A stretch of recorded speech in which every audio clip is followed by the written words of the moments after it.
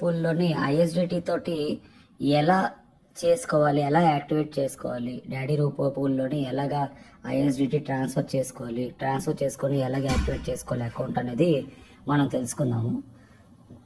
First ఇదిగోండి, daddy రూపో పూల్లో login అయ్యి డిపాజిట్ నొక్కుతామండి. డిపాజిట్ ప్రెస్ చేశాక ఇక్కడ ఐఎస్డిటి కాయిన్ సెలెక్ట్ చేసుకొని పే నవ్ అని సెలెక్ట్ చేసి 21 ఐఎస్డిటి పెట్టి నెక్స్ట్ చేస్తాం. నెక్స్ట్ పే నవ్ అని క్లిక్ చేస్తాం. ఇది క్లిక్ చేశాక ఇక్కడ గ్రీన్గా deposit@roboplan.com అని ఉంది కదండి, ఇది కాపీ చేసుకుందాం. ఇది కాపీ చేసుకొని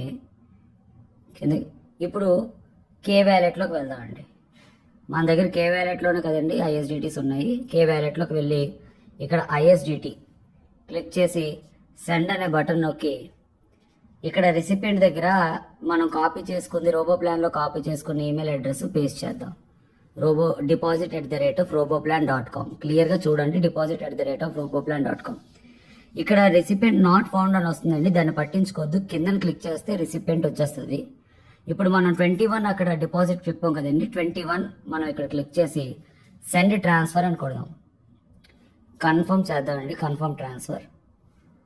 ఇప్పుడు ఇక్కడ నుండి 21 ఐఎస్డిటి అనేవి వెళ్ళిపోయండి. ఓకేనండి.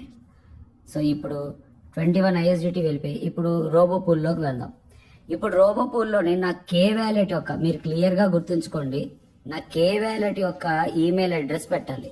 నేను ఏ కే వ్యాలెట్ నుండి అయితే పంపించానో రోబోపూల్కి ఆ కే వ్యాలెట్ యొక్క ఈమెయిల్ అడ్రస్ పెట్టి వెరిఫై డిపాజిట్ కొడదామండి. ఇదిగోండి, డిపాజిట్ వెరిఫై అయిపోయింది. Your deposit has been done. Simple అండి ప్రాసెస్. ఫస్ట్ డిపాజిట్కి వెళ్తాము.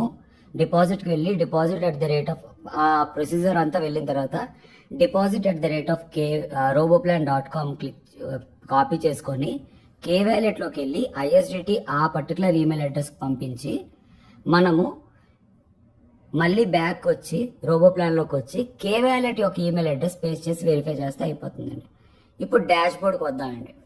డాష్ బోర్డ్కి వచ్చాక ఇక్కడ మీరు చూసినట్లయితే నాకు ఐఎస్డిటి కాయిన్ అని ఉంది కదండి, ఐఎస్డిటి కాయిన్ 21 కాయిన్స్ వచ్చాయి.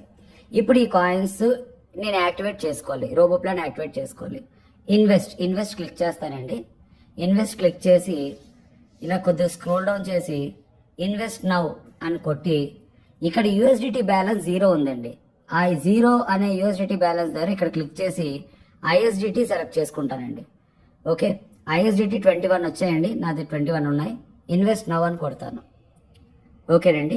ఇప్పుడు ఇన్వెస్ట్ నవ్ అయిపోయిన తర్వాత ఇప్పుడు నేను మళ్ళీ డాష్ బోర్డ్లోకి వచ్చి చెక్ చేసుకుంటే నా అకౌంట్ అనేది యాక్టివ్ అయిపోయిందండి. నాదే 21 ఐఎస్డిటి కట్ అయ్యి అకౌంట్ యాక్టివేట్ అయిపోయిందండి. సింపుల్ ప్రాసెస్ అండి రిజిస్ట్రేషన్ అనేది ఐఎస్డిటి తోటి. ఇన్స్టెంట్గా సెకండ్స్లోనే అయిపోతుందండి. మీరు ప్రొసీజర్ పర్ఫెక్ట్గా ఫాలో అయితే చాలా పర్ఫెక్ట్గా అయిపోతుంది. ఓకేనండి, థ్యాంక్ యూ.